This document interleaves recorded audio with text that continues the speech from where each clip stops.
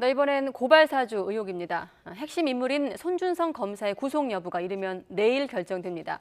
이미 한 차례 기각이 됐던 1차 구속영장과 달리 성명 불상이던 고발장의 작성자와 전달자가 구체적으로 적시된 것으로 YTN 취재 결과 확인됐습니다. 손효정 기자가 보도합니다. 윤석열 검찰총장 시절 대검찰청 수사정보정책관을 지낸 손준성 검사에게 적용된 혐의는 직권남용 등 모두 5개입니다. 지난해 4월 부하 직원들에게 범여권 인사들에 대한 고발장 작성을 지시하고 이를 김웅 국민의힘 의원에게 전달해 고발을 사주한 혐의입니다. 앞서 공수처는 손 검사가 이유 없이 조사에 불응한다며 체포영장과 구속영장을 연달아 청구했습니다.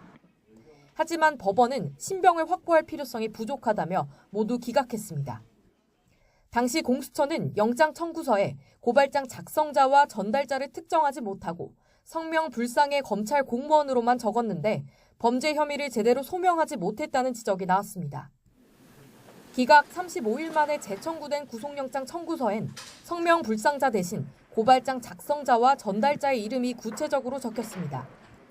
공수처는 25쪽 분량의 영장 청구서에 피의자 손준성이 김웅 의원과 공모해 수사정보정책관실 소속 검찰 공무원에게 고발장 작성을 위한 자료를 검색하도록 하고 작성된 고발장을 전달하게 하는 등 의무 없는 일을 하게 했다고 적시했습니다.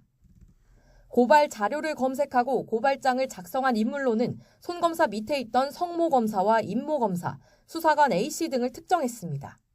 손 검사와 고발장 작성 지시를 공모한 성명 불상의 상급 검찰 간부도 이번 청구서에선 빠졌습니다. 구체적인 증거가 없는 상황에서 윤석열 국민의힘 대선 후보의 관여 가능성을 일단 제외한 것으로 보입니다. 손 검사 측은 혐의를 강하게 부인했습니다. 새롭게 드러난 증거나 구속 사유가 없다며 우연히 영장이 발부되길 바라는 한탕주의라며 공수처를 강하게 비판했습니다. 손 검사의 구속 여부는 이르면 내일 밤 나올 것으로 전망되는데 결과에 따라 공모자로 지목된 김웅 의원과 윗선으로 의심받는 윤석열 후보를 향한 수사도 영향을 받을 것으로 보입니다. YTN 손효정입니다.